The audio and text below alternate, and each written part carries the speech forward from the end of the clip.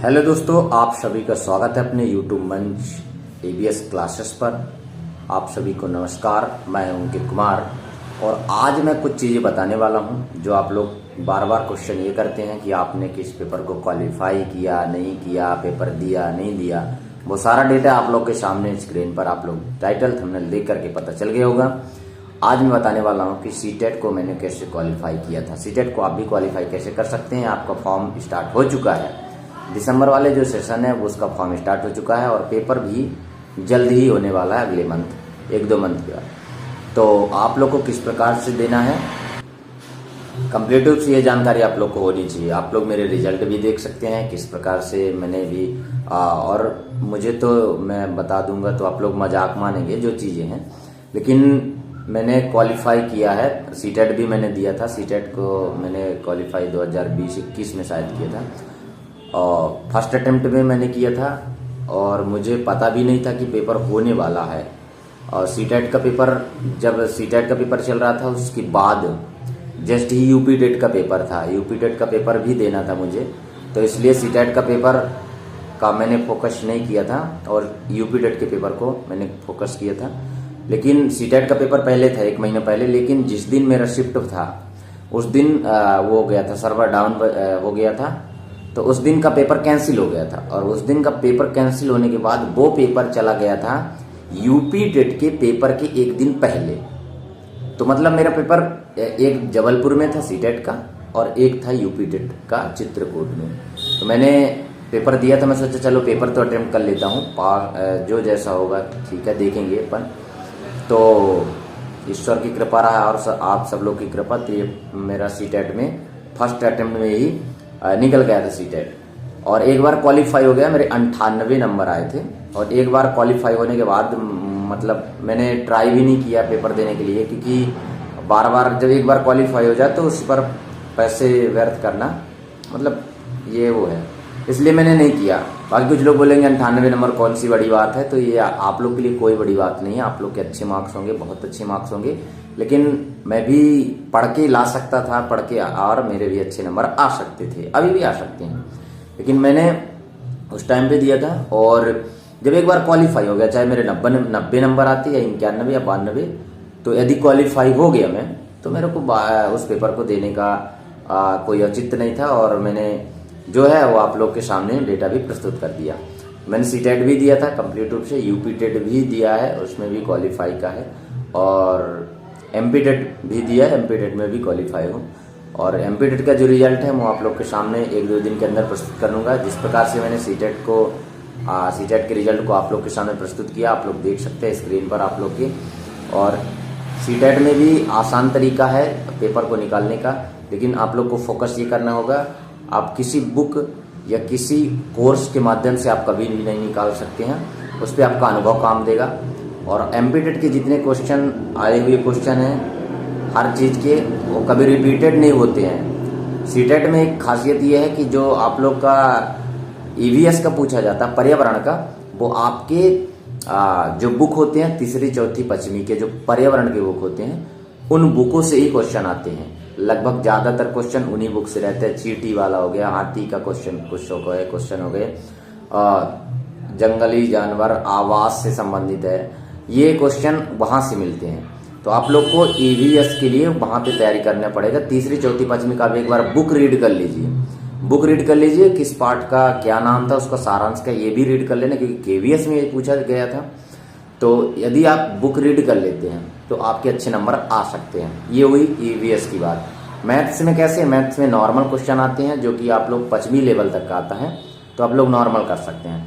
रही बात सबसे बड़ी कठिन इसमें होती है आपका सब्जेक्ट में आप लोग को एक हिंदी लेना है तो हिंदी भी नॉर्मल आता है, और रही बात इंग्लिश लेना है, संस्कृत, तो आप अकॉर्डिंग ले सकते हैं।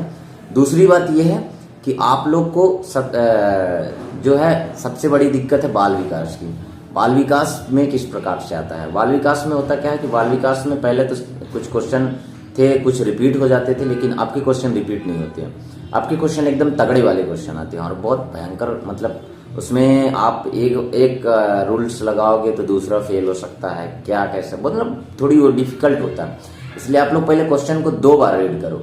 इन क्वेश्चनों को 2 बार रीड करना पड़ेगा आपको, फिर ऑप्शन को रीड करना पड़ेगा। ऑप्शन को रीड करने के बाद फिर आपको क्वेश्चन एक बार रीड करना पड़ेगा, तब जाके आप लोग को उसमें मिल पाएगा।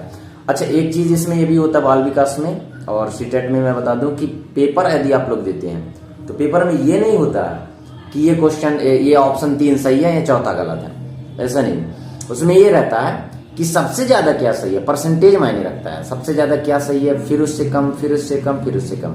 तो कभी पूछता है कि ये सबसे ज्यादा क्या हो सकता है या इसमें सबसे ज्यादा प्रभावी कौन है, तो आपको देखना कि इसको एक 100% वाला बनाना है, एक 80% वाला, एक 60, एक 40। तो मतलब ये पॉसिबिलिटी, ऑप्शन में पॉसिबिलिटी सबसे ज्यादा किस ऑप्शन में है, उस चीज को आपको पकड़ के चलना पड़ेगा। क्योंकि यदि आप लोग देखेंगे तो लगेगा कि ऑप्शन तो सब है, ऑप्शन में तो सभी सही है, लेकिन जो पॉसिबिलिटी है कि आपको फर्स्ट में अच्छा आपका आ रहा है, कि सेकंड में अच्छा आ रहा है, कि थर्ड में अच्छा आ रहा है, और किसका परसेंटेज ज़्यादा है, उस तरीके से आप लोग को मिलेगा।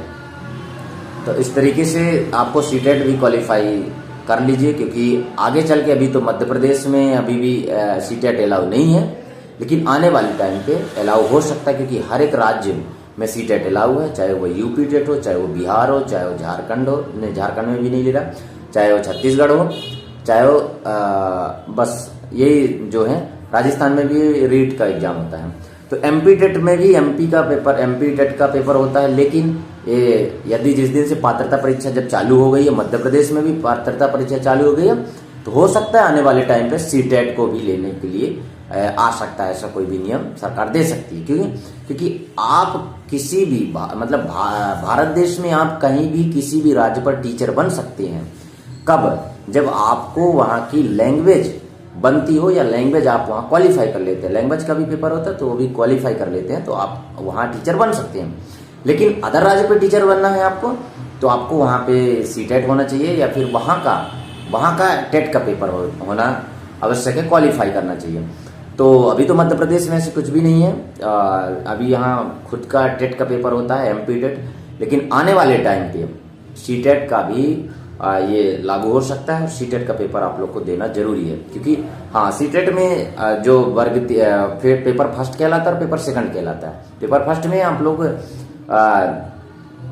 5वीं तक के लिए जो होता है, मतलब उस पर आप लोग को डीएड और मतलब 12th के हिसाब से आप लोग कर सकते हैं। और वर्ग 2 के लिए है, मतलब सेकंड पेपर के लिए, तो 6 से 8 के लिए है, तो उसमें आप बीएड हो या आपके पास, और आपका बीएससी हो, या फिर डीएड हो, बीएससी हो, मतलब ग्रेजुएशन हो, बीएससी या बीए कुछ भी हो सकता है। ये चीज़ें उसमें रहती है। तो आप लोग फॉर्म भर सकते हैं, फॉर्म चालू है और अभी भी वक्त है, क्योंकि समय बहुत कम है। तो आप लोग सीटेट का पेपर दे सकते हैं जरूर।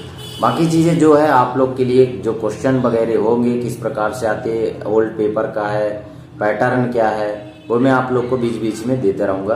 तो आप लोग चैनल में जरूर जुड़े रहें। चैनल में तो एक बार चैनल को सब्सक्राइब करके शेयर जरूर कर दीजिएगा।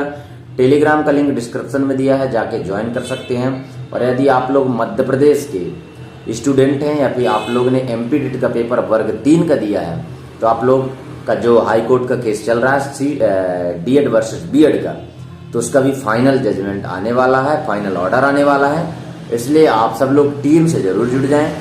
टीम ने डिस्क्रिप्शन में टेलीग्राम का लिंक वीडियो का दिया हुआ है, वीडियो में डिस्क्रिप्शन में लिंक दिया हुआ है, टेलीग्राम का जाके ज्वाइन कर सकते हैं। आपको यदि मेरे से कोई क्वेश्चन है तो आप लोग मुझे इंस्टा में फॉलो कर सकते हैं, फेसबुक में फॉलो कर सकते हैं, वहां पे अपने क्वेश्चन रख सकते हैं। कमेंट सेक्शन में कमेंट बताइए आप लोग कितने लोगों ने सीटेट को क्वालिफाई किया है, और आप लोग कितने लोग ने पहली बार में सीटेट को क्वालिफाई किया है, और जिसने सीटेट क्वालिफाई नहीं किया है तो वो उनको यदि क्वालिफाई करना है तो किस प्रकार से आप लोग को क्या चीज़ें चाहिए, वो चीज़ें मैं आप लोग को प्रोवाइड करने की कोशिश करूंगा।